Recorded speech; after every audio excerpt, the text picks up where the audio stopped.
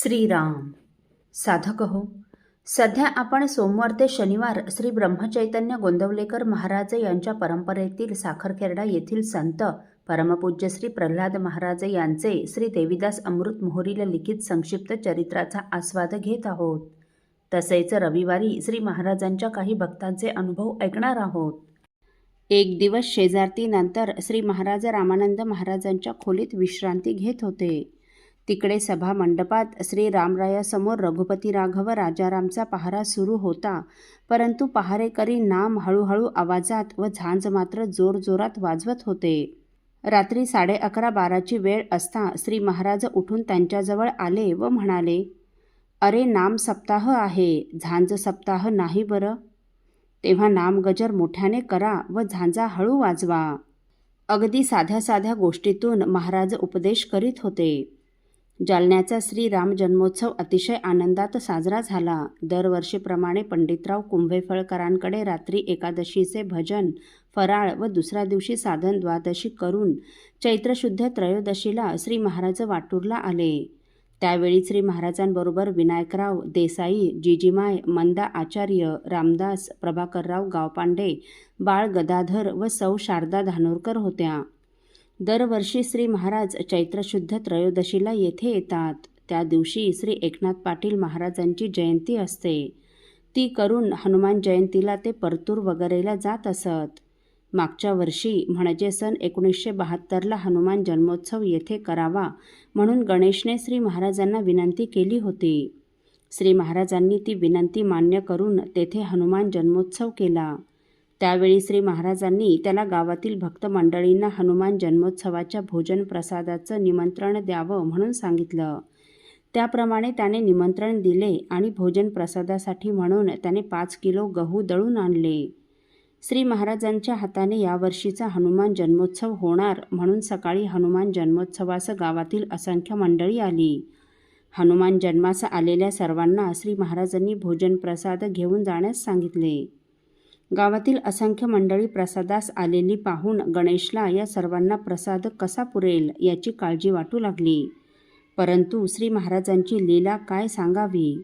नैवेद्य आरती झाल्यावर श्री महाराज पाकगृहात गेले आणि आपल्या अंगावरील उपरणे त्यांनी पूर्ण अन्नावर झाकले आणि सर्वांचा प्रसाद घेऊन होईपर्यंत हे उपरणे काढू नका म्हणून सांगितले.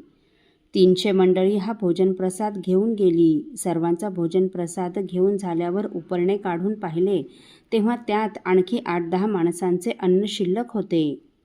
श्री रामानंद महाराजांच्या एका पदात "अष्टही सिद्धी पायी लोळती ऐसा तो दरबार, इच्छा मात्रे तुला पाहिजे ते तो देणार" असं वर्णन आहे.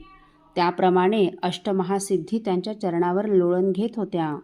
भक्तांच्या मनात सत्कर्म करण्याचा विचार येण्याचाच अवकाश श्री महाराज तात्काळ ते कर्म पूर्ण करून घेत होते. सदिच्छा मनात उत्पन्न होण्यापूर्वीच त्यांची कृपा झालेली असे. श्री गुरुकृपा धावे पुढती, इच्छा नंतर प्रसवती. हे अगदी खरं आहे. कारण सद्गुरूंची कृपा झाल्यानंतरच भक्तांच्या मनात सत्कर्म करण्याची इच्छा निर्माण होते. श्री महाराजांच्या लीला किती म्हणून वर्णन कराव्या. या 73 सालच्या चैत्रवैद्य त्रयोदशीला दुपारी 4 वाजता नैवेद्य आरती होऊन सर्वांनी भोजन प्रसाद घेतला. सायन उपासनेनंतर महाराजांचे 1.5 तास प्रवचन झाले. त्या दिवशी वाटूरला महाराजांचा मुक्काम झाला. दुसऱ्या दिवशी वाटूरच्या अनेक मंडळींनी महाराजांकडून अनुग्रह घेतले. नंतर वाटूरहून निघून श्री महाराज परतूरला आले.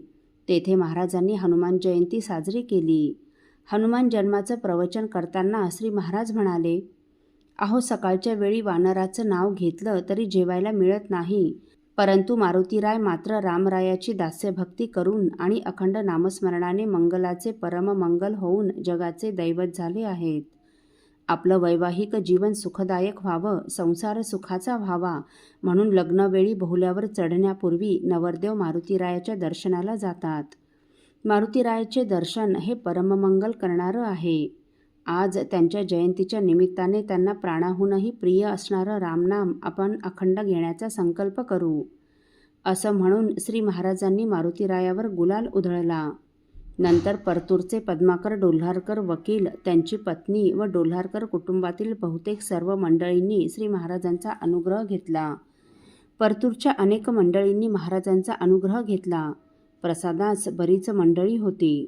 परतूर ते पिंपरी डुकरी हा प्रवास करताना महाराजांची गाडी बंद पडली, तेव्हा राहिलेला पुढचा 1.5 किलोमीटरचा प्रवास महाराजांनी बैलगाडीने पूर्ण केला.